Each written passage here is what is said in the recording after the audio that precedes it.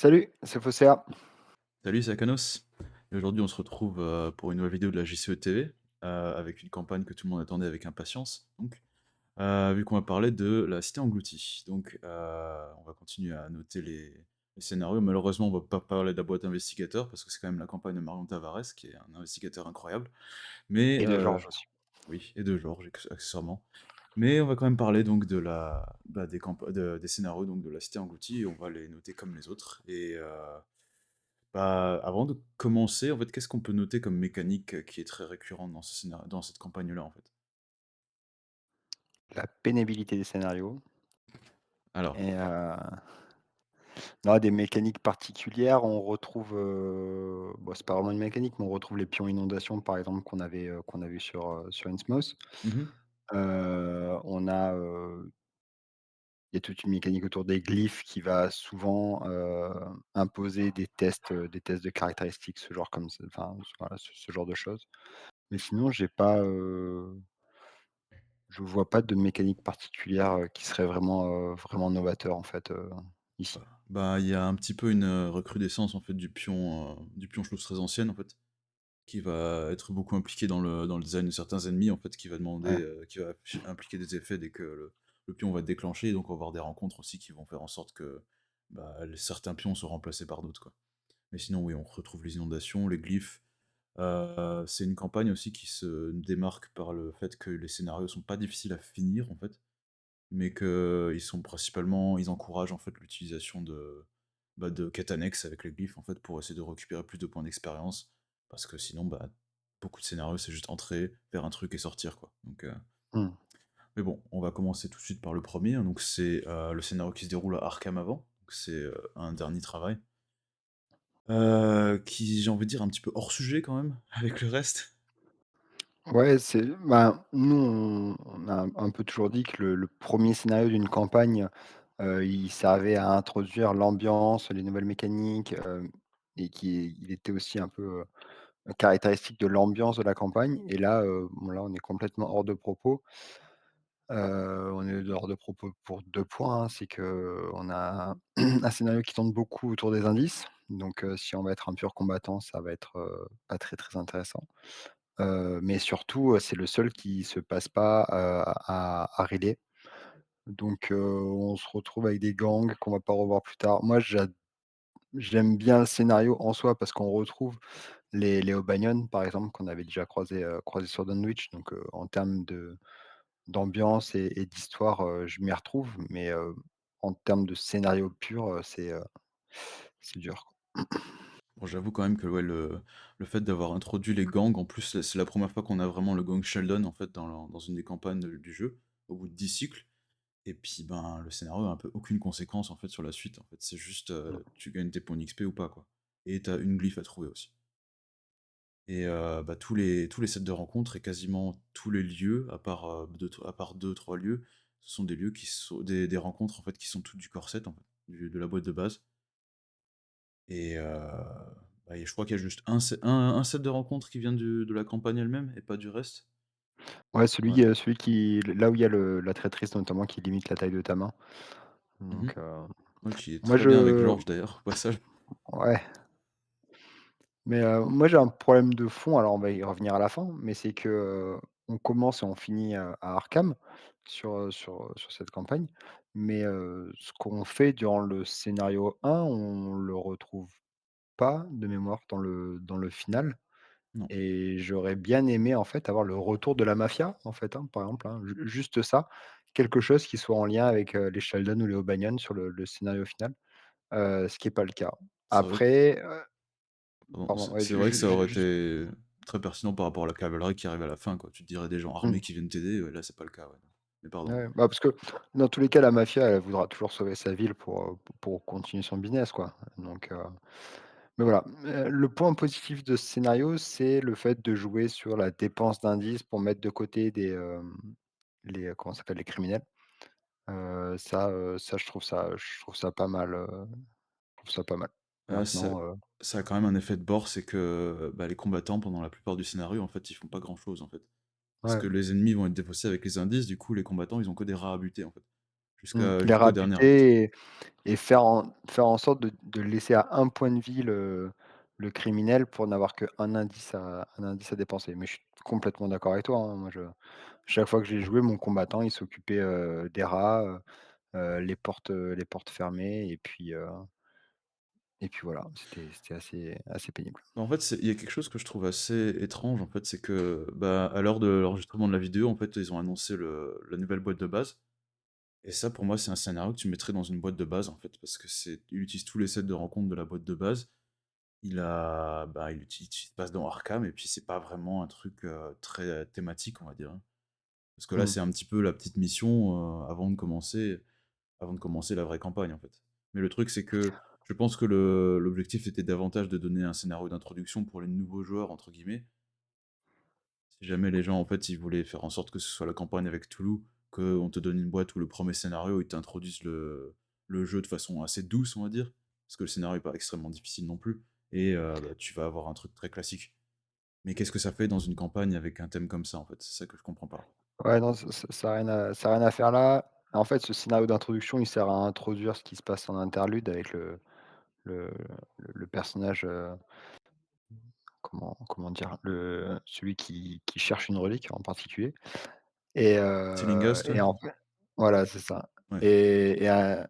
et donc du coup, c'est juste une introduction d'un point de vue purement scénaristique, quoi Mmh. et en fait, on n'a pas besoin de ça. Typiquement, ce scénario-là, vous le mettez au début de la civilisation oubliée.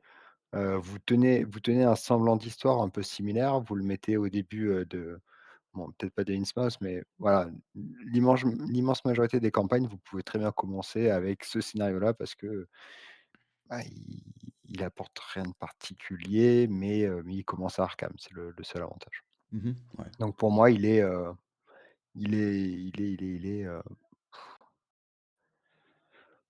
j'hésite entre, médiocre et ennuyeux. Bon, il est pas horrible non plus, quoi. Je veux dire, ça reste un scénario qui est bien pour commencer une campagne. Mmh. Mais oui, je le mettrais pas au-dessus de médiocre personnellement, parce que il y a des scénarios qui sont Ouais. malheureusement pires que ça dans la campagne, donc je pense que médiocre, ce serait un bon point de départ ici, ouais. Mais il y a aussi alors peut-être que j'apporte un léger bémol à ce que je dis, c'est peut-être aussi il y a beaucoup de déception par rapport à ce qui se passe par la suite. C'est-à-dire qu'on a ce scénario-là, comme tu dis, qui est ni bon ni mauvais, mais on va dans le livret de campagne, direct ensuite, on commence à rider. Il y a Ah pas oui. de transition et en fait, c'est là où je trouve ça dommage parce qu'on a un début de quelque chose qui est bien pour l'ensemble de l'histoire de la campagne. Et puis d'un seul coup, on passe à Riley et en fait, voilà, on occulte en fait vraiment tout ce qui se passe avant, dans ce premier scénario-là et je trouve ça, c'est ce qui fait que je trouve ça dommage et peut-être que je note un peu durement le scénario. Non, mais c'est vrai parce que en fait, il y en a qui se plaignaient parce que les campagnes, précédentes avaient un peu trop de lecture, en fait, du coup, ils voulaient revenir aux sources. Mmh. Et même avec ça, en fait, des campagnes comme Dunwich qui n'avaient pas nécessairement beaucoup de lecture, elles faisaient quand même l'introduction des scénarios de façon beaucoup plus élégante, en fait. Ah oui, c'est sûr. Et là, tu vas rencontrer 2 personnages que tu vas même pas avoir dans le scénario, bah, Ruby, Et la Andy, voleuse, et puis Andy, Van Nul à chier, pardon, parce qu'ils ont pas le même niveau de puissance aussi les bah, 2 alliés là, mais bon voilà, on y reviendra après. Et puis on nous introduit les personnages là, ils ont aucune incidence à part: «Ah, je vais faire un pari, je vais l'avoir avant toi», et à la fin, ben, on arrive à la fin, le dernier acte est sympa quand même, mais c'est seulement après, oui, on arrive, bah, ça c'était un artefact, qui est relais, vous pouvez faire une expédition. On nous donne un non-choix en fait, où on peut refuser et on perd la campagne tout de suite, aussi. mais pourquoi? Enfin, pourquoi? C'est ouais, et derrière et après boum, oui, tu es relais directement, et tu passes 6 scénarios, d'affilée ou voire 7, ben, en fait, il y a pas de crescendo, en fait. C'est-à-dire, c'est vraiment il Et y a par contre, à noter, mais entre les 2, il y a l'introduction des tâches, qui quelque chose qui est propre à cette campagne-là. Donc c'est des permanents, enfin un permanent chacun, que chaque investigateur peut avoir, qui est en lien avec, les mots-clés qu'il a ou sa classe. Heu, Moi j'aime beaucoup l'idée. Je trouve que c'est pas forcément très bien mis en place, mais j'aime beaucoup l'idée, parce que ce permanent-là, en fait, il impose en fait enfin non, il impose pas, c'est au choix. Pendant le scénario, vous pouvez, décider de perdre volontairement des ressources, par exemple, pour les transférer sur ce permanent-là ou faire des actions un peu sous contrainte pour débloquer, comment dire? Pour débloquer une réussite en fait sur la tâche au cours de ce scénario-là, pour qu'à un moment donné de la campagne, vous puissiez retourner ce permanent et avoir un effet buff, un effet vraiment très fort. Et moi j'aime beaucoup l'idée de se pénaliser pendant les scénarios pour que à la fin de la campagne ou à un certain moment de la campagne, Heu, j'ai, heu, j'ai un permanent sur la table qui va me booster, qui va m'apporter des nouvelles compétences, voilà, j'aime beaucoup cette idée. Mmh. Moi, pour moi, c'était quand même une grosse déception, en fait, parce que, ben, les tâches, en fait, ça fait en fait, tu devrais pas avoir besoin des tâches, en fait, pour ajouter du contenu dans le scénario, en fait. Et ça fait un petit peu meublage, en fait, par rapport au contenu du scénario où c'est vraiment basé sur des quêtes annexes, comme j'avais dit avec les glyphes. Ça aussi, ça en fait partie. Et surtout, bah, selon le chemin que tu prends, bah, ta tâche va potentiellement ne jamais se résoudre en plus. Il y a le chemin, en fait, qui donne la fin alternative, justement, bah, dès que tu arrives Mmh. au scénario final, bah, Oui, tu n'as jamais retourné ta tâche, en fait. oui, oui, Et non mais, ouais, c'est mais ça on est sur la globalité de la campagne, il y a beaucoup mais en de choses fait, je pense qu'il y aurait quelque chose qui aurait qui dû vont pas, être quoi. fait, c'est que, les tâches, elles auraient dû être, ça aurait dû être un permanent qu'on puisse ajouter à la création du deck, en fait. Et qui nous permettrait de rajouter un objectif secondaire qui nous mettrait la pression qu'on pourrait jouer sur n'importe quelle campagne, pas juste celle-ci, et qui te donnerait un gros boost en cas de réussite, mais qui va te demander de travailler pendant 5 6 scénarios d'affilée, quoi. Mmh. Et tu te taperais un Oui, malus après si tu réussirais pas.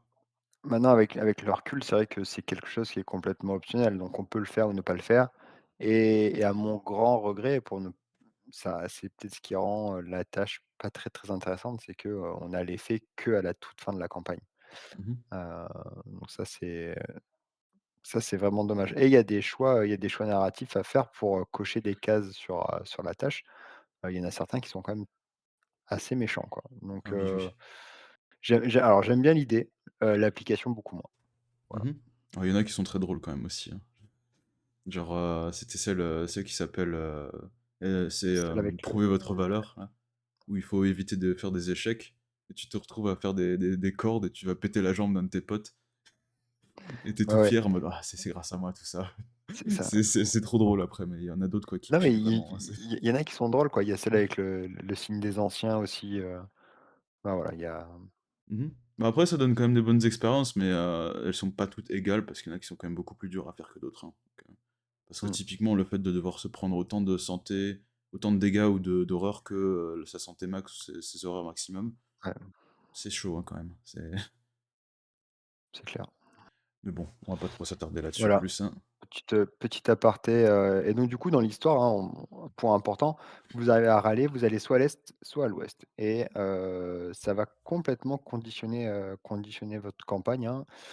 Il y a vraiment un chemin facile, un chemin un peu moins facile et heu et ce qui est important, c'est que vous allez jouer les scénarios dans un ordre précis, mais si par exemple vous allez à l'est, le dernier scénario va être le premier que si vous commenciez à l'ouest et inversement, Alors, avec, des évolutions dans le scénario, des différences pardon dans la mise en place du scénario. on va peut-être revenir là-dessus après avoir fait le dernier scénario, bah, les canons obsidiennes du coup, mais on va faire ça de d'ouest en est, en fait, c'est Mmh, le chemin, en fait, canon, je crois? C'est celui qui est recommandé, qui est considéré comme officiel pour faire la campagne, et donc c'est celui qui va te donner, Andy en tant qu'allié, qui sert à rien, heu, super. mais bref, le 1 c'est, le mur occidental, donc c'est le scénario où il faut juste plonger et arriver au fond, tout simplement. C'est un acte, OK, faut juste, aller au fond. Donc on a aussi accès à des équipements, genre la combinaison de plongée qui permet d'éviter les lieux complètement inondés, qui est assez utile quand même pour, ce scénario-là en particulier. Mais, à part ça, bah, on est sur un scénario où tu vas, prendre des indices, vider le lieu, aller dans le lieu suivant, prendre des indices, vider le lieu, aller dans le lieu suivant. Et chaque lieu a un effet négatif, sauf 2 ou 3 qui sont des lieux à glyphes. Et c'est le scénario. ouais, mais ça va être un peu ça, hein, l'intérêt du scénario, je te rejoins complètement, c'est de trouver les lieux à glyphes, ce qui va vous obliger en fait à retourner en arrière, ou à remonter, hein. Dans ce sens-là, vous allez plonger le long du mur et à certains moments, vous allez être obligé de remonter pour trouver d'autres lieux qui peuvent vous amener à des lieux à glyphes. Voilà, c'est un peu le seul intérêt du scénario, parce que bon, les pions inondation, on peut facilement les enlever. Ouais, c'est vrai qu'on Ça peut manque, dépenser les indices justement pour le et c'est ouais. on peut se déplacer sur un nouveau lieu que si notre lieu actuel n'a pas d'indice, en fait. Donc c'est l'inondation n'est pas une menace, hein, ici, contrairement à certains scénarios de Innsmouth où il y a une vraie pression qui peut être mise.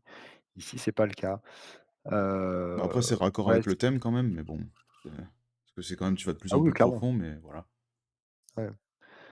Non, c'est assez, enfin, c'est c'est une déception parce qu'il y a pas de difficulté particulière, il y a pas de méchant iconique, il y a pas, Bah, on va dire que le scénario est un petit peu, il est très linéaire en fait, parce que tu vas descendre, il y a un niveau de profondeur de 1 à 5 en fait, et bah, la plupart des lieux c'est, valeur occulte X, X c'est la valeur de c'est le la profondeur du lieu en fait.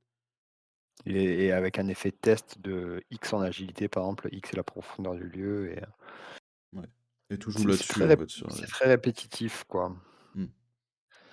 Après on a quoi? Donc On a des profonds, on a bah, ouais, les ennemis voltaïques là, les anguilles voltaïques là, les anguilles électriques mmh. pardon. Et puis on a quelques traîtrises par-ci par-là qui interagissent avec le fait de se faire engager par les profonds aussi. Profonds qui sont quand même Pour m moins prévalents que dans Innsmouth. pour moi, c'est un vrai scénario XP, hein. C'est un peu méchant ce que je dis, mais c'est-à-dire que, quand je le joue dans ce sens-là, je vais presque chercher à tutorer, les 3 ou 4 ennemis, qui sont présents, qui font des points d'expérience, parce que, il y a pas de pression de l'intrigue sur les joueurs, quoi, donc Ah, c'est vrai qu'on a juste ouais. une intrigue avec beaucoup de fatalités, je crois que c'est 13 tours, c'est ça? Ouais, ouais, Mmh. et pour descendre, c'est vraiment pas compliqué, hein, si vous jouez pas le Pokédex des glyphes, c'est hyper simple, en fait, hein, franchement, Ouais, si on peut finir en 3-4 tours le scénario si on joue bien en vrai, hein, ouais. c'est ouais. Donc non, non, moi, c'est plutôt alors pour le coup, pour moi, il est ennuyeux. Moi, ouais, c'est pas, c'est vraiment pas une réussite. Mmh, ouais, je serais d'accord avec ça. En fait, je trouve que le scénario est pas assez intéressant, en fait. Mmh. Il est pas frustrant, en fait, c'est juste que, bah, il y a pas de moment mémorable, en fait, et on n'a pas envie. C'est pas un scénario qu'on va revenir dessus, on va dire: «Ah, c'est le scénario-là. Ouais, ça fait Non, longtemps c'est que je l'avais clair. pas fait». C'est juste, bah, c'est vraiment un scénario de passage. En même temps, le but, c'est juste de plonger, en fait. Ouais, mais ils auraient pu te mettre un méchant iconique, par exemple, tu vois? Oui, Ils auraient alors tu aurais pu faire un pu scénario où le but, c'est d'être, sur un bateau et tu dois trouver la ville de Riley, je sais pas, ça pourrait être un peu pertinent. oui. C'est Non, et mais que je c'est clair, hein. si tu rates, tu te craches dessus et si tu réussis le scénario, bah, tu atterris normalement. Tu aurais pu faire ça comme ça, Ouais, en fait, ouais. donc mais ouais, c'est pas assez intéressant, je confirme. Et le truc, c'est qu'il est pas frustrant mécaniquement, mais il est juste pas du tout intéressant, en fait, c'est En fait, je pense que dans beaucoup de cas, si je pouvais, abandonner dès le début, je pense que je pourrais me laisser tenter pour les jours où j'ai envie de me faire la campagne, vite. Si j'avais possibilité d'abandonner, je pense que j'abandonnerais. faut pas jouer la Bah, non, campagne mais alors. c'est non, mais tu sais, il y a des scénarios, enfin, j'en ai plusieurs en tête, mais je reprends celui avec les rejetons sur Dunwich, par exemple, où tu sais que tu peux pas le réussir, ou tu sais que c'est une perte de temps parce que tu vas jouer 1 heure et demie pour gagner, 1 point d'expérience. Bah, voilà. Moi, très honnêtement, ces scénarios-là, si dans cette configuration-là, je préfère abandonner. Bah, celui-ci là, le mur occidental, si c'est pour jouer, perdre du temps, pour aller gratter 2 XP, c'est pas voilà, c'est juste pour vous dire le niveau d'intérêt du scénario, hein. Bah, du coup, après, on a le scénario suivant qui est optionnel. Donc c'est le quartier englouti, en fait, avec la bulle, où il faut vider plusieurs lieux pour débloquer le nœud de barrière, donc qui est un artefact assez puissant quand même. C'est celui qui peut tanker des points de vie et qui va se régénérer à chaque tour et qui peut pas être vaincu. Et en fait, Ouais. ça permet vraiment de tanker indéfiniment, en fait, c'est assez puissant. Et donc c'est le scénario, en fait, avec une configuration en 3x3 où à chaque fois qu'on révèle un nouveau lieu, bah, les lieux adjacents, ils vont se faire, inonder. Et en fait, il va falloir avoir des lieux révélés non inondés et il va falloir utiliser des indices comme dans le scénario précédent, en fait, pour vider les lieux. Et c'est tout le scénario. Il faut juste récupérer le nœud de barrière et on peut après partir quand on veut. C'est une purge en solo. Je Bah, c'est Et il y a pas mal de taxes en déplacement, en action en même temps, ouais, donc ouais et en fait, ça va diminuer l'inondation, ça va demander de dépenser des indices. Il va falloir se déplacer plusieurs fois. Quand on se déplace, qu'on ouvre un lieu, on remet de l'inondation et l'objectif, c'est d'enlever l'inondation sur 9 lieux, plus les ennemis. Je crois qu'il y a un ennemi qui est derrière l'intrigue en plus. ouais, il y a un ennemi en plus, ouais. Heu, c'est vraiment, en duo ou en solo, c'est pas du tout la même expérience de jeu. Hem, Bah, les ennemis sont voilà, assez c'est retors quand même dans le scénario là, quand même, hein, parce qu'on a ouais, les il y en a un méduses qui est résistant, je crois, hein. qui vont, bah, qui vont rajouter l'inondation sur les lieux, si je ne me trompe pas. Et puis on a aussi les ennemis, les constructs persistants. C'est les ennemis que dès qu'on va les tuer, ben, les autres qui étaient dans la pile de victoire, bah, ils reviennent. Et c'est des ennemis qui sont entre guillemets «intuables», sauf si on les tue les 3 en même temps, en fait. Et dès que tu vas en tuer un, il y en a un qui réapparaît, ou 2 qui vont réapparaître, inclinés, en fait. Et du coup, tu vas jamais vraiment t'en débarrasser. Et ça, en plus, j'imagine, ouais, si tu joues en solo, tu dois t'en occuper constamment, ça doit vraiment pas être évident, en fait. C'est pas des ennemis très forts, hein, ils ont 2, 2 et 2, je crois, partout, mais surtout Bah, qu'ils le sont problème, c'est toujours pareil, hein, c'est la perte de tempo, quoi. oui. C'est-à-dire que, outre le fait que tu peux te retrouver acculé, hein, moi ça m'est déjà arrivé, parce qu'il y en a juste trop et que, bah, il faut se déplacer pour sortir d'un endroit où il y a l'inondation pour pas mourir. Enfin voilà, il y a beaucoup de choses à faire. En solo, c'est pénible. En à deux, c'est plus équilibré. À 2, c'est un scénario que j'aime bien jouer, parce que chacun a bien son rôle, quoi. Comme il y a beaucoup d'ennemis, le combattant, il a pas le temps de chômer et il faut trouver beaucoup d'indices pour vite, diminuer l'inondation. Donc ça casse pas 3 pattes à un canard, mais c'est pas trop mal. Mais même si dans mes souvenirs, le lieu central, c'est pas un lieu qui flip-flap, qui se retourne, sous certaines conditions? C'est celui que tu retournes si tu as 6 lieux vides pour récupérer ton nœud de barrière. Il faut le retourner et il faut dépenser encore quelques indices pour récupérer l'artefact. Et c'est le but principal du Ouais. scénario. Je me demande si c'est pas lui où il y avait un problème, où j'avais trouvé un problème, où il pouvait se retourner en fait, de manière infinie en fonction du nombre de lieux, Non, parce que c'est dès que tu es à 5 ou moins qu'il se reflippe en inactif. Et dès qu'il est à 6 ou plus, il est en actif. OK. Ouais. Et oui, après, il est plus intéressant quand même le scénario que le précédent. Parce que mine de rien, il y a quand même plus de décisions à prendre. Parce qu'on va pas, il y a pas besoin de viser tous les lieux, en fait, il faut juste en vider 6. Et du coup, tu vas te retrouver dans un mini puzzle, en fait, où tu vas te demander, mais quel lieu je vais vider, en fait, pour faire le truc efficacement. Sachant qu'il y a des lieux qui ont des effets négatifs qui vont potentiellement réinonder les lieux aussi. Donc, Et à l'inverse, hein, il y a 2 ou 3 lieux qui disent, par exemple, si tu échappes ou si tu tues un ennemi dans ce lieu-là, tu peux diminuer le niveau d'inondation, mhm. et je crois que c'est la première fois du coup, bon, on va le recroiser plus tard, mais c'est la première fois qu'on rencontre le parasite aussi, le parasite glyphe, comment ça s'appelle? Oui, c'est ça, c'est le parasite, je Ouais, crois c'est qu'il un s'appelle. parasite, ouais, c'est un Ouais, ennemi que dès que tu tues, bah, il te donne un glyphe, ouais. ouais. Bah, Et il y a ça, c'est quelque lui. chose qu'on retrouve à plusieurs moments dans la campagne, c'est qu'on va avoir un lieu avec une capacité d'activation. Donc là, on perd une action pour générer le parasite. Il y en a un qui est distant et l'autre qui rentre engagé directement ou même qui est chasseur. Donc du coup, ensuite, il faut éliminer, ce parasite-là ou faire autre chose et ça déclenche en fait, c'est une carte d'histoire, donc il se passe autre chose derrière. Mhm. Heu, c'est, heu, c'est ouais, c'est un peu, ça fait un peu beaucoup de choses juste pour un glyphe quoi, je trouve. Mais Bah, ça va encore, hein, je veux dire, à la fin, tu le fais apparaître, et puis il y a beaucoup d'autres glyphes qui te demandent de faire apparaître un autre lieu ou de faire apparaître une traîtrise que tu dois résoudre aussi. Donc c'est toujours des on va trucs y en 2 revenir, étapes.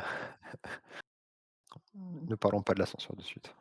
On n'a pas parlé de la différence entre Est et Ouest, mais du coup, ce scénario-là, c'est celui qui a quasiment aucune différence. C'est juste le sac, l'état du sac, en fait, qui va définir le scénario.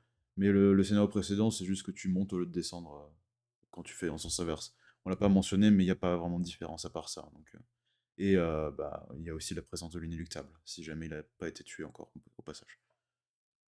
Mais bref, pour l'instant, le quartier englouti, bah, moi, je pense qu'il est déjà mieux que le précédent, donc est-ce que tu le mettrais en médiocre ou en bon, plutôt? Parce que c'est loin d'être le pire scénario de la campagne, celui-ci. Ouais, c'est loin d'être le pire.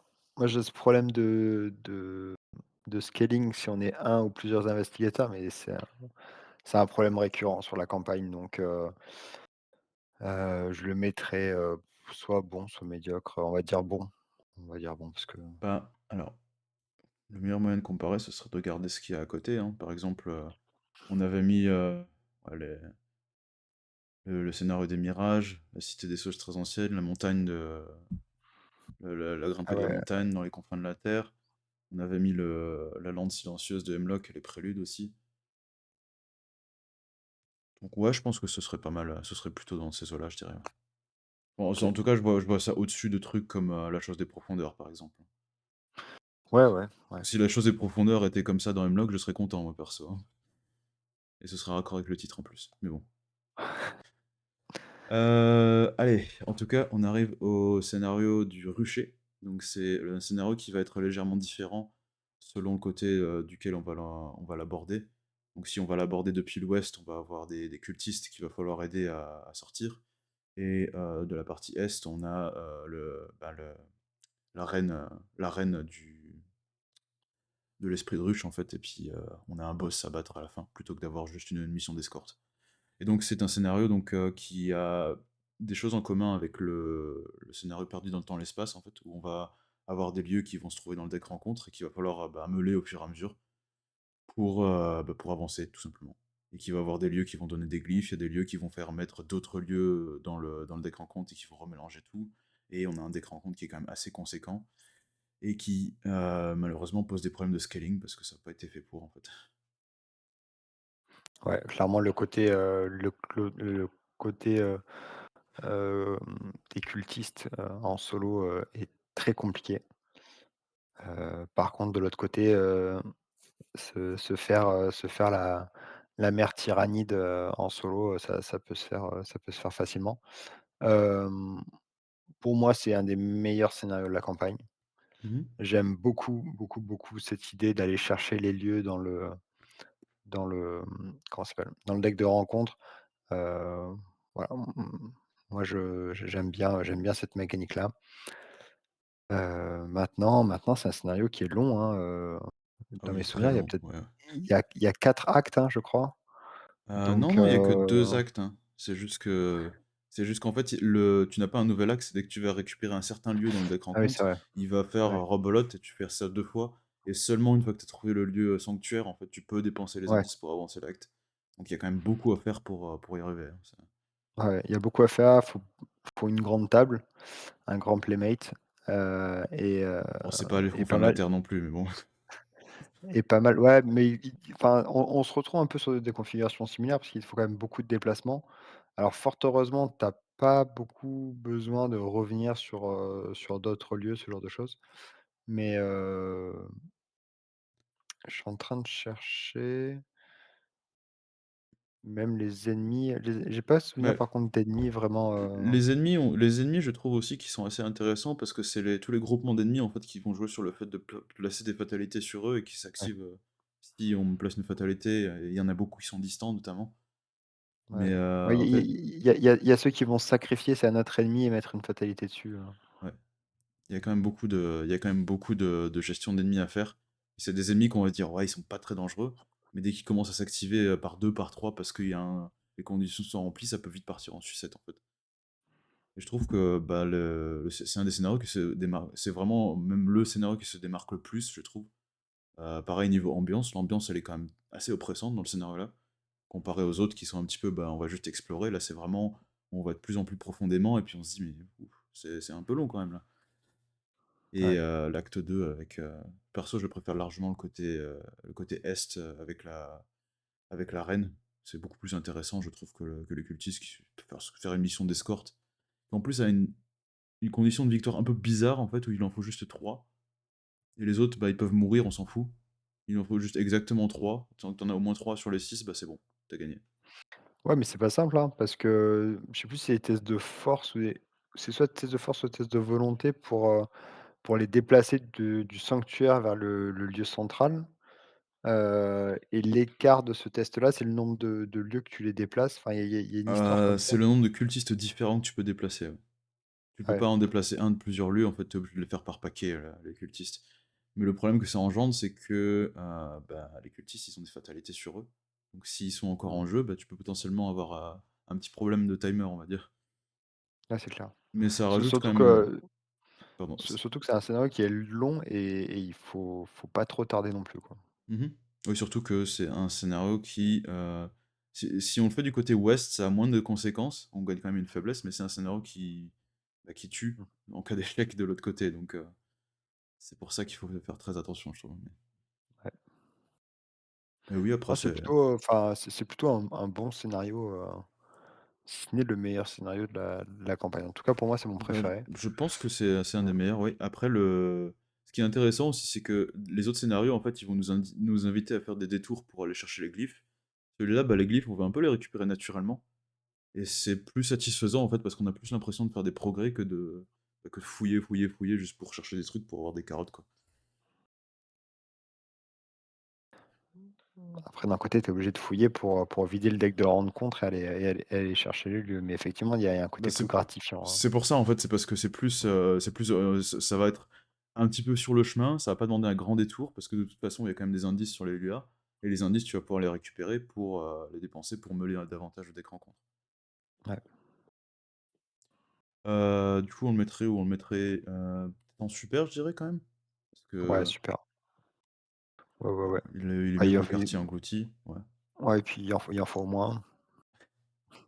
Alors, il y en aura peut-être un autre, on verra bien, et pour l'instant, on a, bah, la grande crypte. Donc, ça, c'est le scénario avec, une plateforme qui se déplace, Ouais. qui va nous permettre d'aller uniquement dans les lieux qui sont adjacents à la plateforme, en fait. On va inverser les places des lieux et c'est notamment le scénario où on peut se débarrasser de l'inéluctable si on a envie de traîner, au centre. Mais sinon, le scénario, c'est vraiment juste entrer, aller chercher un truc et sortir. C'est juste ça. Il se passe rien d'autre dans le scénario.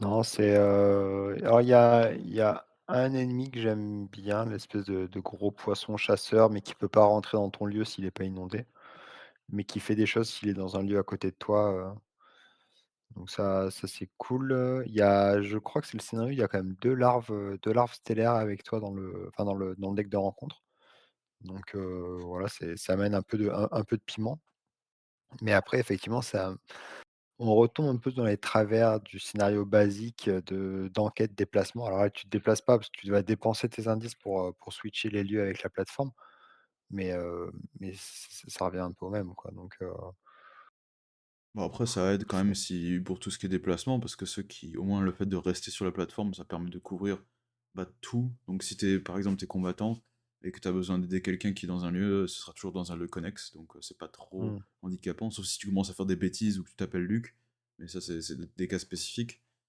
Mais oui, après, c'est un scénario qui est, en fait, est mieux, encore une fois, que le mur occidental, en fait, parce que on va quand même avoir une incitation en fait à réfléchir à où est-ce que comment est-ce qu'on va déplacer la plateforme? Est-ce qu'on va essayer de faire tout le tour et de récupérer tout? Est-ce qu'on va tout de suite à droite pour essayer de récupérer le truc et se barrer?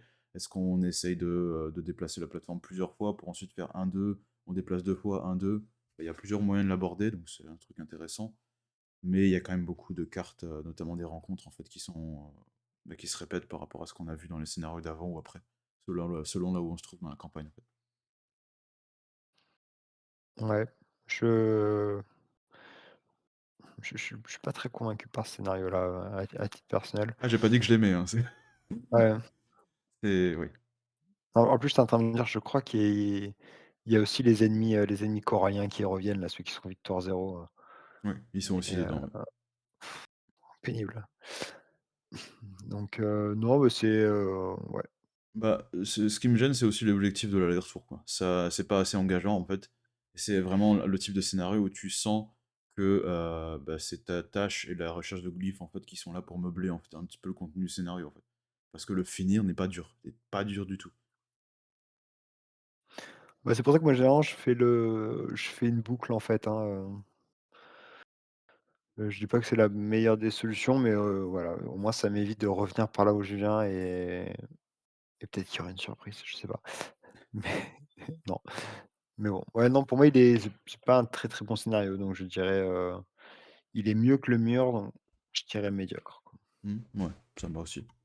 Après, il y a oui, comme il y a la possibilité de se débarrasser de l'inéluctable, mais c'est un petit peu faut un petit Mais peu de chance quand même parce qu'il faut tomber c'est dessus, il faut que tellement ce soit dans un tricky parce lieu, en qu'il fait. il va Ouais. revenir. Il peut revenir avec la traîtrise et il faut que tu l'élimines dans le lieu, dans le lieu central, que tu dépenses les actions. Ah, franchement, est-ce que tu as vraiment envie de t'embêter à faire ça, quoi? Oui, puis il faut aussi, C'est il y a aussi le centre en fait demande de dépenser pas mal d'indices aussi pour pouvoir faire l'interlude, qui permet donc ouais. de débloquer le scénario final aussi. Donc le scénario alternatif final, donc on en parlera après, mais qui demande en fait d'avoir toutes les glyphes et d'avoir, déverrouillé la chambre, chose qu'on fait dans ce scénario-là, donc c'est quelque chose qu'il faut pas louper quand même et ça donne une raison en fait de rester un petit peu plus longtemps, mais si on veut pas le faire, bah, ça sert à rien quoi. On gagne juste un point d'XP puis c'est tout, quoi. C'est beaucoup d'efforts pour un point d'XP en tout cas. Ouais.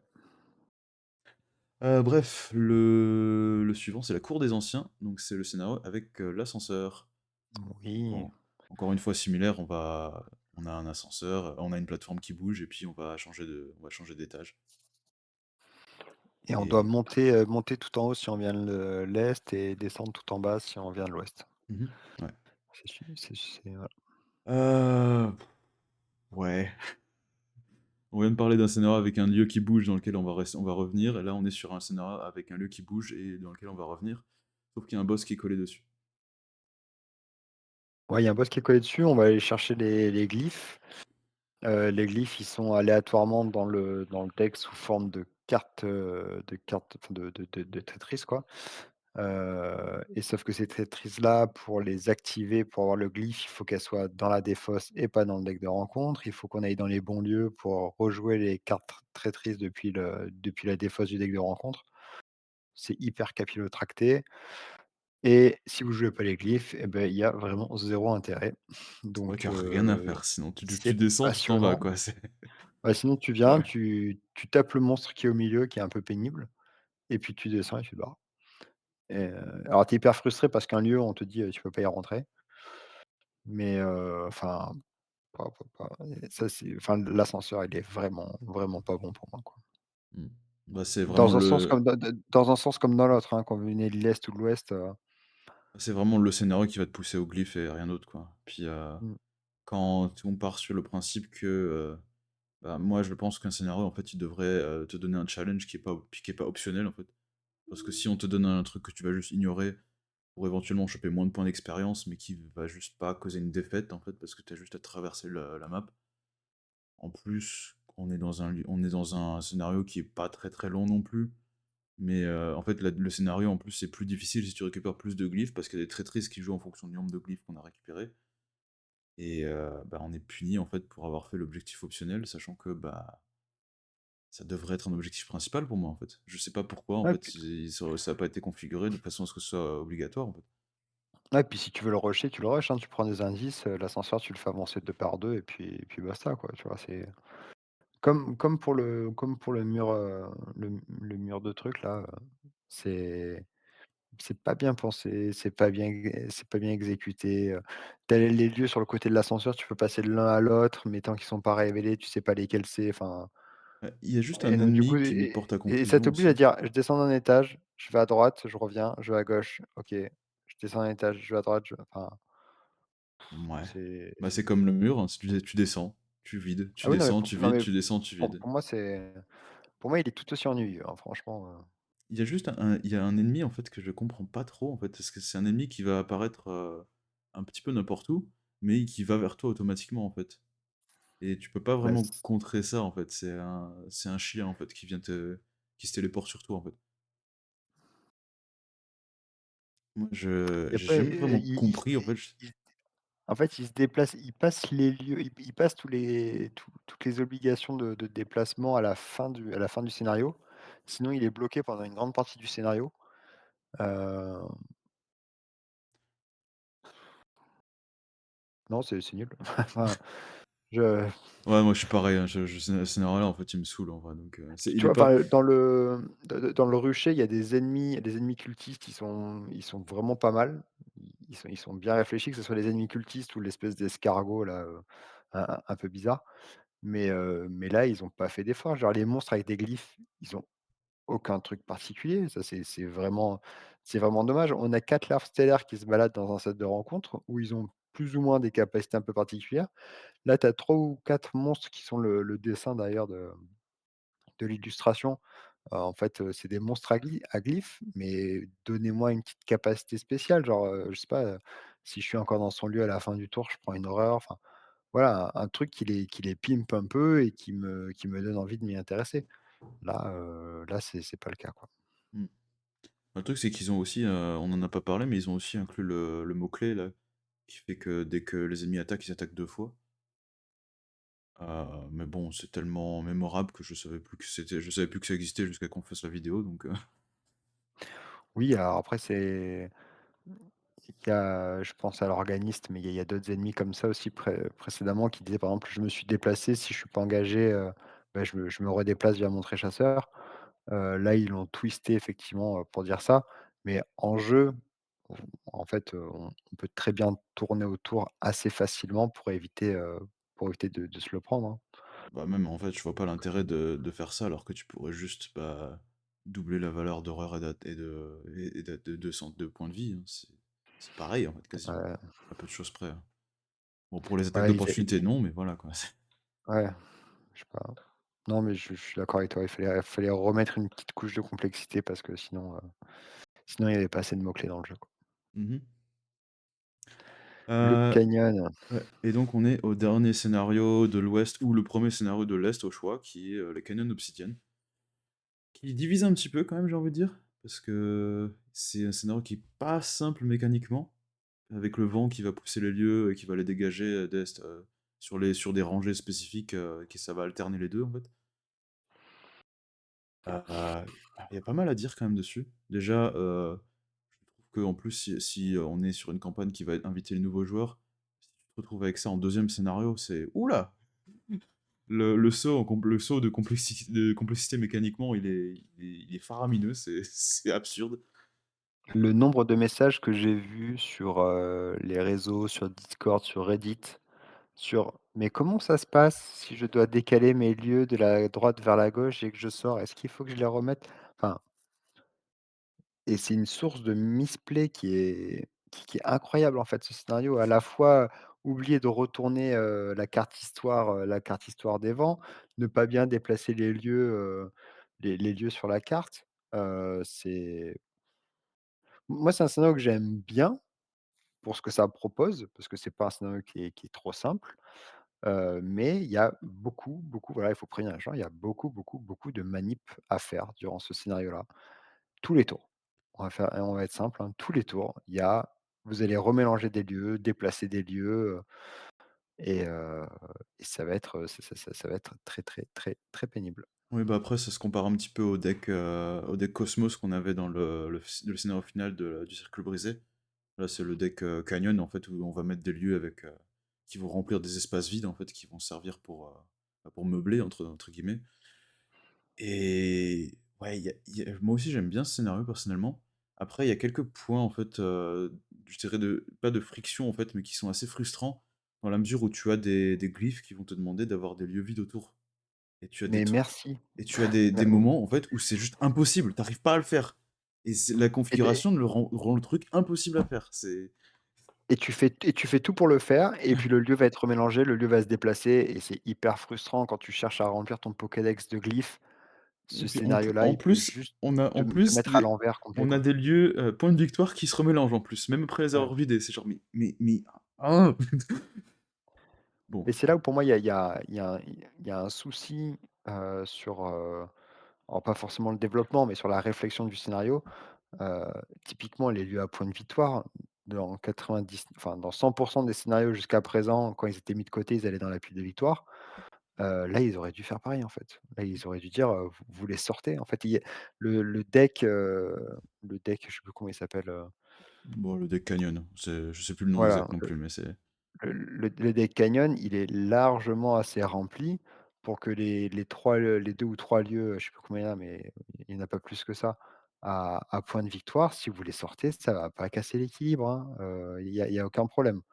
FFG, vous auriez pu largement faire ça, quoi. C'est pas le scénario qui en a le Heu, plus en plus de points de victoire dans la campagne, ouais, donc non, mais pour moi, moi, j'ai un souci majeur, c'est le RNG sur donc l'aléatoire, pardon, sur les lieux à glyphes. En fait, si vous cherchez à débloquer tous les glyphes, le fait qu'ils soient remélangés slash déplacés à la fin du tour, c'est, ça peut être rédhibitoire et puis il y a des lieux que, bah, comme moi, vous avez pas de chance, devant le trône noir, vous trouvez jamais le bon lieu au bon moment. Bah, là, c'est pareil, le dernier lieu à glyphe et ben vous en voyez jamais la couleur alors que vous faites tout pour ouvrir les lieux, vous déplacer et cetera.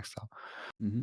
Mais à côté de ça, le fait de déplacer les lieux, de devoir jouer en fonction des lieux qui risquent d'être déplacés pour pas prendre des dégâts, ça, je trouve que c'est vraiment une très, très bonne idée en jeu.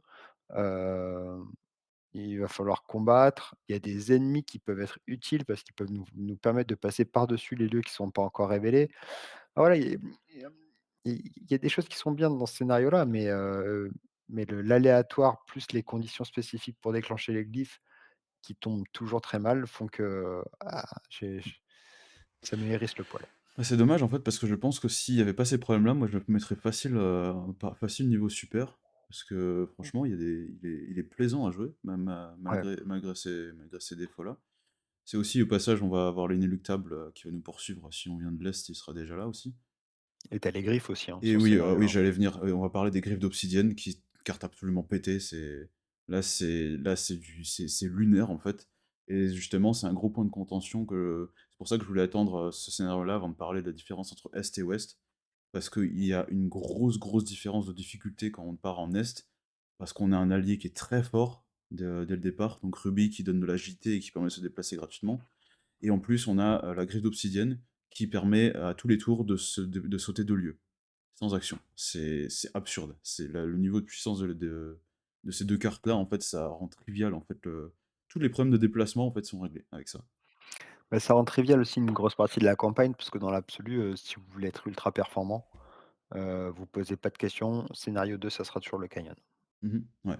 Et c'est dommage, en fait, parce que en Ouest, en comparaison, bah, l'allié, je l'ai déjà dit plusieurs fois, mais l'allié Andy Van, Norwick, c'est un des pires alliés d'histoire du jeu, pour pas dire le pire, en fait. Il est inutile, ce gars. Il donne juste un plus 1 en intelligence pour 4 ressources et le texte, il y a rien, il y a pas de texte. C'est S'il dit: «Tu peux enquêter, non, sans c'est prendre d'attaque d'opportunité», non? s'il y a pas d'indice, dans ton lieu, tu ignores la première attaque Heu, d'opportunité. Je comprends pas. Je vois pas non, l'intérêt, en fait. non, mais c'est surtout qu'il est très, très cher, quoi. Ouais. Pour 4 Heu, ressources, non, non, moi je paye pas 2 pour ça, hein. Bah 2 peut-être, mais pas 4 quoi, non, c'est dommage, hein, voilà, pour moi, ça reste un bon scénario. Si on devait faire un classement, ça serait un bon plus, mais ça mmh ça dépassera pas le bon malheureusement Ouais, à cause de l'aléatoire sur les glyphes, quoi. il est vraiment freiné par justement, par les problèmes qu'il a. Et en fait, je c'est un peu dommage, en fait, parce que les problèmes mécaniques, on va comparer à un scénario donc on a mis beaucoup plus haut, bah, la mine de Mlock c'est un scénario qui est compliqué mécaniquement, mais qui va se une fois qu'on a l'habitude, ben, on prend très facilement ses marques dedans. Alors que là, le canyon d'obsidienne, c'est très facile, en fait, d'un petit peu d'oublier des trucs et de se porter à confusion, quoi. Un peu la Ah, même manière de et la faire sœur des perdue. erreurs. Mais se dire: «Est-ce que» moi, le nombre de fois où ça m'arrive, hein, de me dire: «Mais est-ce que j'ai retourné ou pas la carte vent après?» Et ça change tout, en fait, hein.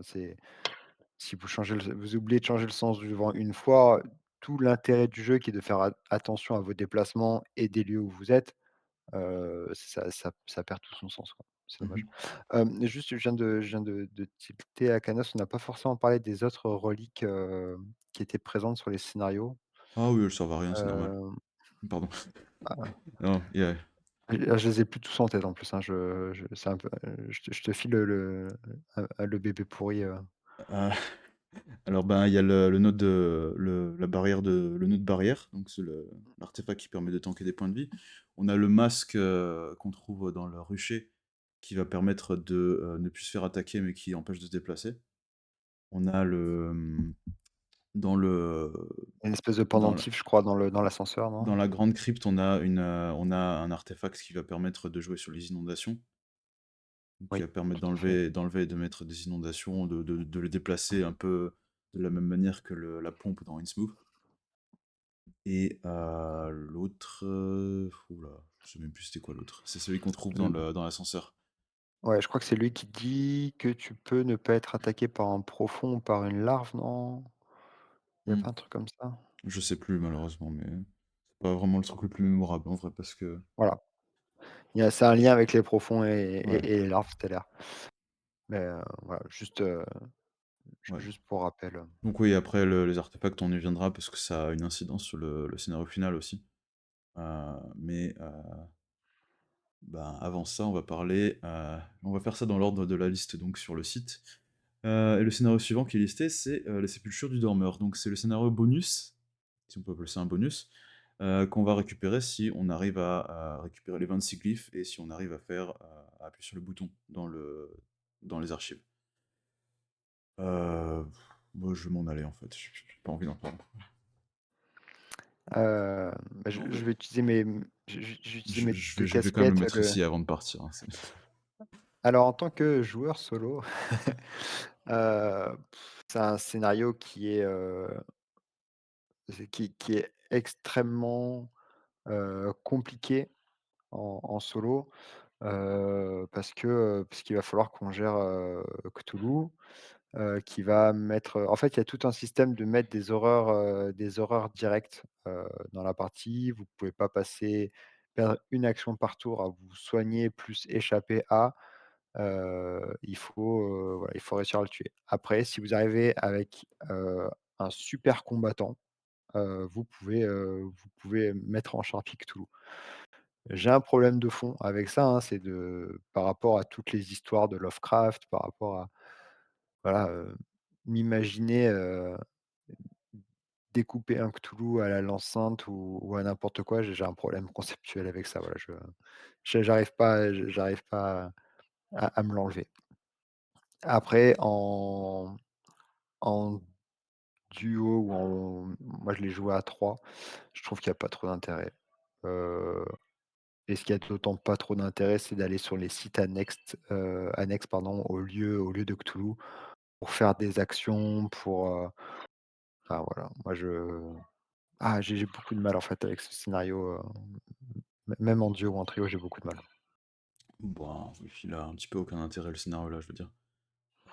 Surtout que, mécaniquement, bon, on en parlera après du vrai final, mais mécaniquement, le scénario là, il est pas très abouti. C'est un peu un truc, qui a été mis comme ça pour dire: «Ouais, c'est la fin secrète» où tu vas juste te taper un gros boss et justement, on se retrouve sur un problème où, bah, tu peux t'en occuper que si tu as qu'un build spécifique, en fait, donc ultra combat, quoi et aussi, il faut pouvoir, bah, avoir du bon soin et donc si on se retrouve avec, un investigateur qui va être spécialisé dans les indices, bah, il peut aller se faire un thé, hein, pendant le scénario là, hein, parce qu'il y a pas grand Bah, chose à faire en vrai. il meurt, hein, Ouais, enfin parce que donc même, le même premier acte, il va te dire, bah, prépare-toi. Voilà, il se passe rien, ouais, prépare-toi. C'est dans mes souvenirs, je sais plus s'il est à 20 ou 25 PV par investigateur quoi, c'est donc 20 par investigateur, ouais. ouais Voilà, si on va juste et avoir un ennemi qui va être un sac à PV, il y a des manières plus intéressantes de le faire, hein. On a eu beaucoup d'autres boss qui vont te demander de vraiment buter un ennemi. On va prendre typiquement, bah, Arthanaha dans la Toile des Songes. Ça, c'est un exemple de très bon boss qui va être un boss très, peint dans ta tronche, mais qui va pas se faire ça juste avec un gros sac à PV et aucune mécanique associée à part, bah, tu prends des dégâts à chaque tour. C'est mmh. c'est pas intéressant en fait, il y a aucun Ah et puis intérêt. les lieux annexes qui te disent de dépenser des indices et si vous avez comme artefact tel artefact, il se passe ça. Enfin, ça, c'est mal fait. C'est En plus, de toute je façon, ce scénario-là, moi, très honnêtement, voilà, tu l'as mis en échec auto, je l'aurais mis en échec auto aussi. Ça je sais pas, j'ai l'impression que c'est un truc qu'ils ont designé sur un coin de table un midi quand ils étaient au resto, quoi. bah, pour la petite anecdote, en fait, il y avait une interview des développeurs et notamment ce scénario-là, en fait, il a un compteur de fatalité à 100, donc qui est un peu anecdotique sur le coup là. mais en fait, le scénario la campagne, en fait, était designée pour, avoir un compteur de fatalité global, en fait, pour toute la campagne, à 100 justement et le but, c'était qu'à la base, le scénario était non linéaire dans la mesure où on pouvait choisir l'ordre des scénarios comme dans Hemlock et en fait, ils sont pas ils pour par rapport à des contraintes de temps et de design, ils sont partis sur un truc un peu plus linéaire avec le choix entre est et ouest, en fait. C'est pour ça que si on voit des soucis par rapport au design sur la campagne-là, je pense que c'est en grande partie dû à cette volonté de faire un design comme ça et de devoir changer avec une contrainte de temps comme ça. Ouais. Et je pense qu'ils ont voulu garder le compteur de fatalité à 100, ils ont voulu faire un truc un petit peu, olé olé avec, mais perso, je pense que ça passe pas, en fait, Non, mais c'est gimmick. Enfin, je veux dire ce scénario-là, découper du Cthulhu et avoir sans fatalité sur l'intrigue, c'est un peu fan service. Enfin, c'est un peu, moi, ça m'a complètement je me suis dit: «Tout ça pour ça?» franchement, mmh. En enfin, plus, le scénario est pas canon, donc on s'en fout, en fait. ouais, ouais, non, mais genre Parce que tu as rempli ton pokédex de glyphes. Tu as fait des allers-retours dans l'ascenseur pour avoir tes glyphes, tu t'es fracassé tous les lieux canyons, dans le scénario d'avant et à la fin, on te sort un sac à PV, mais remboursé, quoi. Je suis désolé, mais non, mais j'ai perdu mon temps, c'est vraiment dommage. Enfin, ouais, pareil, hein, voilà. franchement, c'est vraiment une, en fait, c'est un site, en fait, si on fait toutes les glyphes, bah, limite, vaut mieux faire le final normal quand même, parce qu'au Mmh. moins tu profites quand même de ta tâche. Parce que justement, on arrive Ouais, dans le point où, bah, si tu fais ce scénario-là, bah, ta tâche n'est jamais résolue, en fait. Donc ça sert à rien de faire l'objectif. Donc si ton objectif, c'est d'avoir le final, «secret», entre guillemets, ben, tu peux juste ignorer ta tâche complètement et même mieux, en fait, dès qu'on te demande les choix de narratifs, en fait, qui te proposent soit d'avancer ta tâche ou de reculer, mais d'avoir un bonus, bah, tu prends le bonus, en fait, tout simplement. ouais, Enfin bref, on va parler du vrai final plutôt, donc c'est le Doom of Arkham, c'est comment en français déjà? C'est le ben, la Arkham en ruine ou un truc comme ça, je sais plus. ouais, Enfin bref, c'est un scénario qui est en 2 parties, et la première, le but, ça va être de récupérer les artefacts qu'on a déjà récupérés. Donc il va falloir retrouver le ah oui, magasin de Tillinghast et ouais. d'aller le taper et puis d'aller récupérer toutes les glyphes en les piochant une par une sur le lieu, donc ils sont tous regroupés là-bas. Donc on est de retour sur un scénario un peu plus classique du coup, mais qui se passe de nouveau à Arkham, mais qui commence à être inondé au passage. Et ben, c'est un scénario qui existe.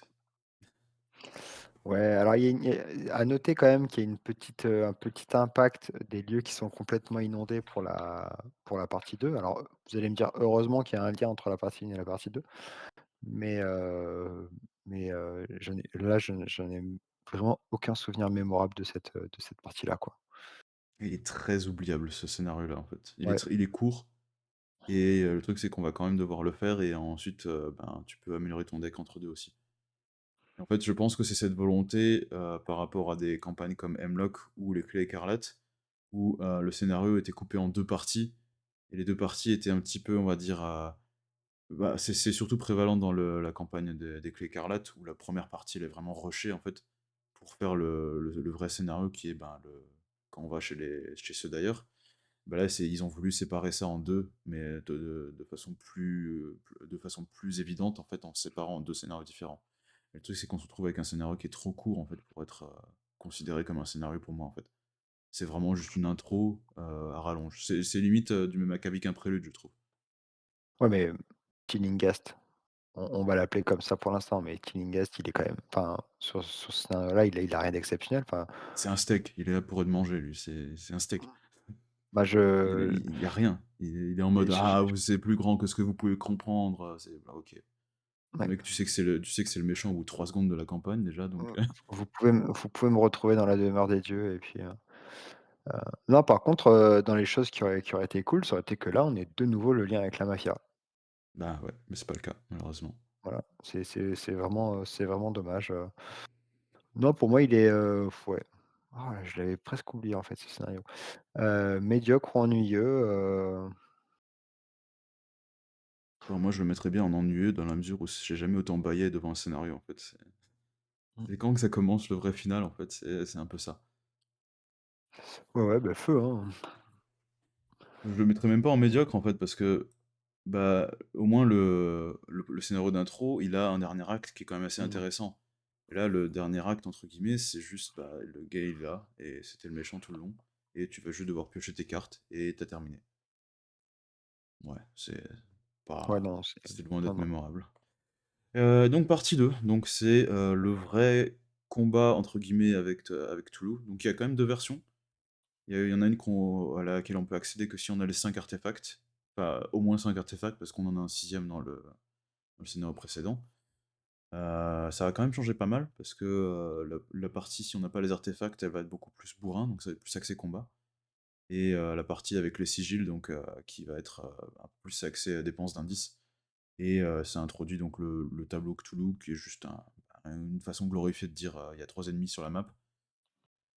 Et donc il y a son propre deck et qui va déclencher des effets en fonction des parties qui sont en jeu. Donc on a les ailes, on a les griffes et on a la tête de Cthulhu et Cthulhu qui va avoir un niveau de rage qui va monter en fonction du nombre de fois où on aura retourné l'acte.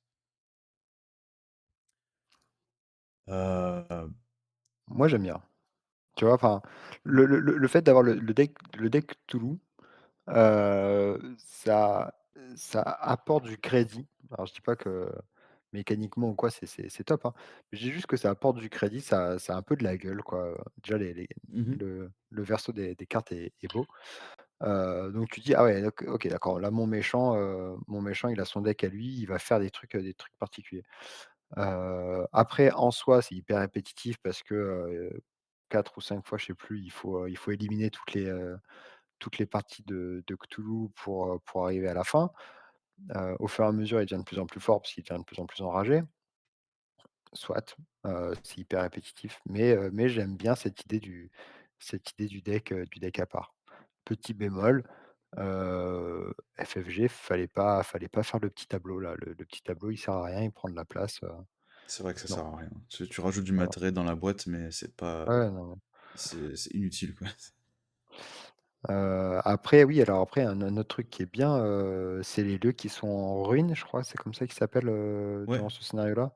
Voilà. Mmh Et le fait d'avoir vraiment la map qui évolue, sans avoir besoin d'explorer ou quoi que ce soit, c'est qu'en fonction de l'évolution du scénario, on va flip des lieux.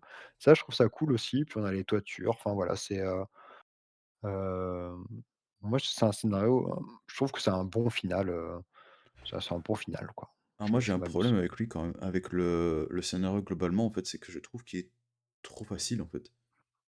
On a eu des scénarios, finaux qui étaient assez retors par le passé. Justement, c'est un peu le but d'un scénario final, surtout à partir du moment où on a retourné sa tâche, on a vraiment, on a amassé masse d'XP, on a des artefacts et on a la tâche qui est potentiellement complétée, qui va nous donner un boost assez conséquent aussi. Et là, on se retrouve avec un boss qui commence avec un de combat, un de 1 d'agilité et un point de vie. Il se passe quoi là?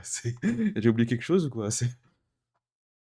Mais moi je pense, enfin je suis complètement d'accord avec toi et je me dis qu'en fait, effectivement, maintenant que tu me parles de l'histoire de la campagne qui est designée à sans fatalité, ben en fait, je pense que à ce scénario-là, si tu arrives et que tu en as mangé tu déjà croqué, je sais pas, 85 ou 90 fatalités sur l'ensemble de ta campagne, en fait, le vrai niveau de difficulté, il est là. Parce qu'effectivement, le scénario est vraiment pas compliqué.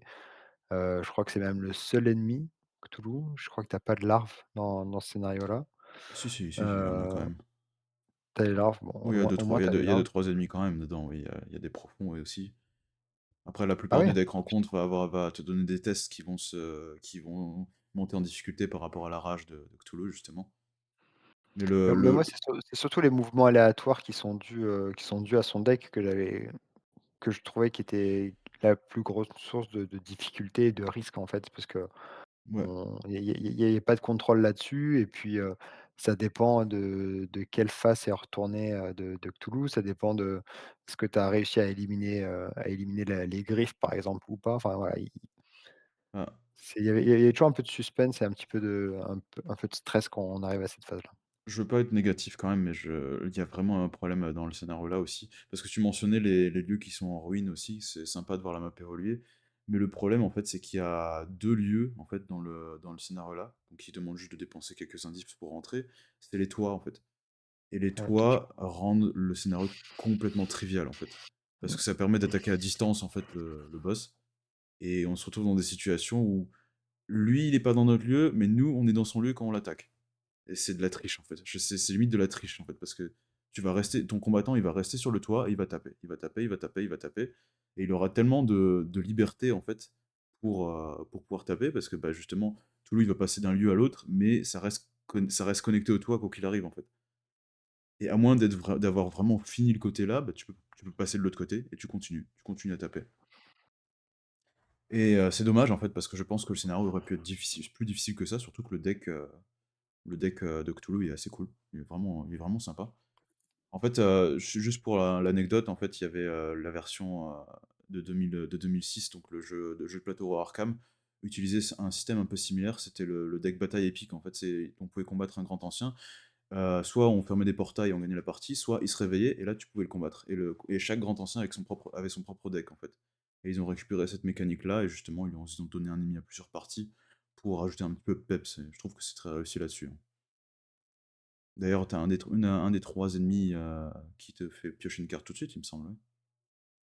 oui, Ouais, je ouais. crois je crois que c'est les ailes, oui, qui font faire ça.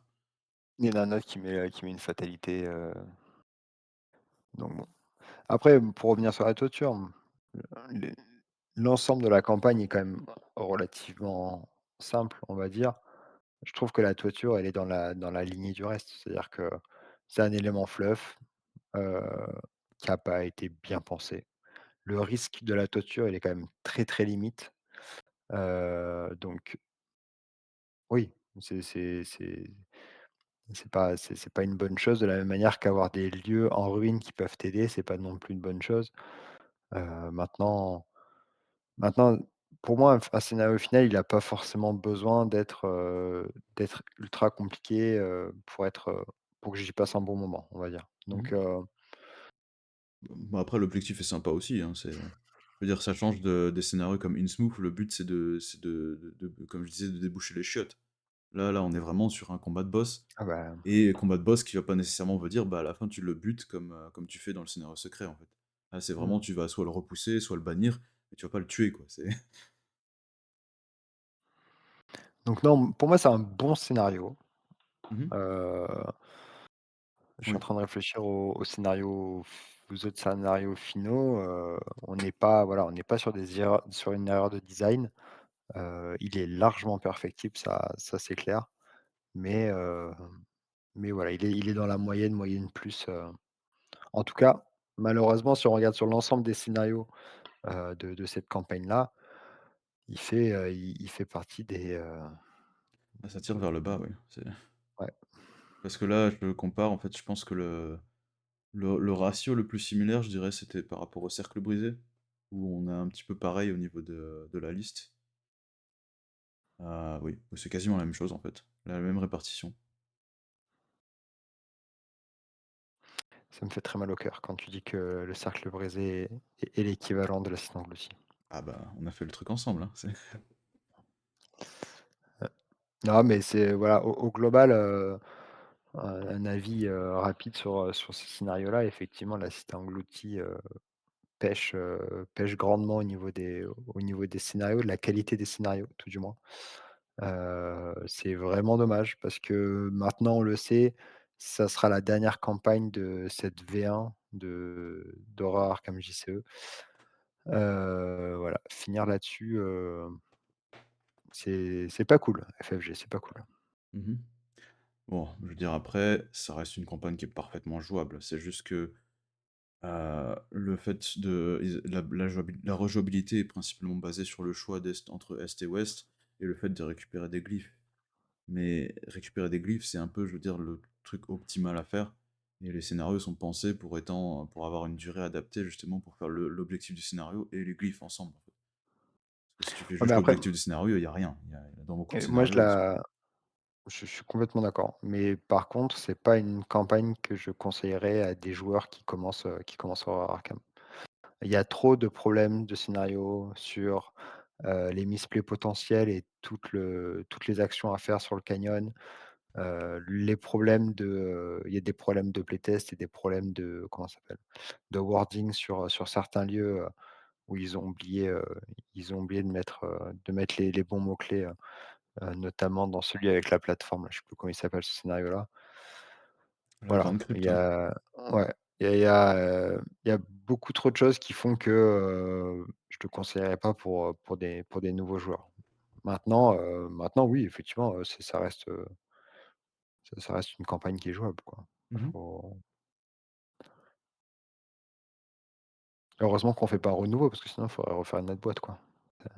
Ça existe pas les renouveaux. Ça a jamais Ouais. existé.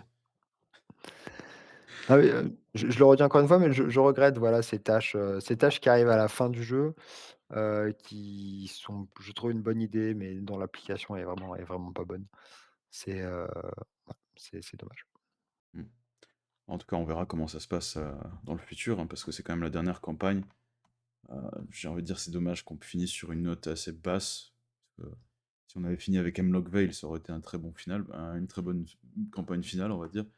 Mais là, ouais, c'est vrai que c'est pas le meilleur, pour pas te faire de blagues et dire c'est un pétard mouillé, mais c'est pas vraiment le meilleur moyen de finir, ouais. Et j'espère que, avec ce qui s'appelle le chapitre 2, qu'on aura quand même des campagnes d'une meilleure qualité que celle-ci notamment, quoi. Playtester sans problème de scaling entre ceux qui jouent solo et ceux qui jouent multi. Mmh, ouais. Bah, surtout que cette campagne-là, c'est une des pires par rapport au problème de scaling, je pense. Ah ouais, c'est Ouais, moi qui c'est joue quasiment tout le temps solo, c'est l'enfer. mmh. Bon, bah, en tout cas, on aura bien poncé cette campagne, donc on a fini avec toutes les campagnes, mais il nous restera quand même un petit peu à couvrir, puisqu'on a quand même un petit paquet de scénarios indépendants après ça. Donc on va Ouais, faire encore une ou 2 vidéos là-dessus. Heu, et ouais, il y aura Film Fatale aussi en plus ouais, on qui rajoutera aussi le dernier on avec rajoutera Film elle. Fatale. On va pas parler des scénarios, défis par contre, des scénarios donc des investigateurs parallèles, parce qu'ils sont trop peu différents en fait pour être leur truc à part, même si je vous conseille quand même de les essayer, parce qu'ils sont quand même assez cool. Ouais. Heu, mais ouais, on va faire ça prochainement, juste après celle-ci. Mais en tout cas, merci d'avoir regardé cette vidéo, j'espère que ça vous a plu. N'hésitez pas à commenter et nous dire ce que vous pensez des scénarios de cette campagne et de la campagne globalement, et si vous pensez que c'est une, qu'est-ce que vous auriez fait en fait pour améliorer les scénarios de la campagne aussi, parce qu'il y a quand même quelques problèmes malheureusement. Et n'hésitez pas à vous abonner, à aimer la vidéo, et on se retrouvera donc la prochaine fois pour la première vidéo sur les indépendants, qu'on va sans doute séparer en deux parties. Allez, salut! Ciao, ciao.